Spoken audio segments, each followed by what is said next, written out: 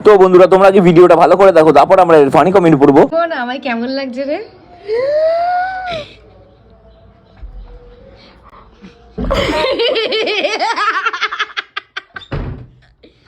বল আমায় কেমন লাগছে? আরে বলবি তো কিছু।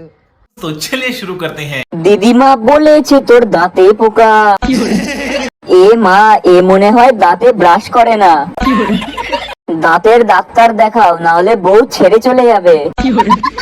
নিম গাছের ডাল দিয়ে দাঁত মাজো, তোমার দাঁতের পোকা পালিয়ে যাবে। ছি, দাঁত দেখে বমি চলে আসছে। তোদের থেকে সোনা গাছের মেয়ে অনেক সুন্দর। এ বাবা, দাঁতে পোকা। এই তোমার বর দাঁত মাজে, মুখ থেকে কি গন্ধ আসছে। লজ্জা লাগা দরকার। শখের পুরুষ ত্যাগ করে শখের নারী ধরেছে।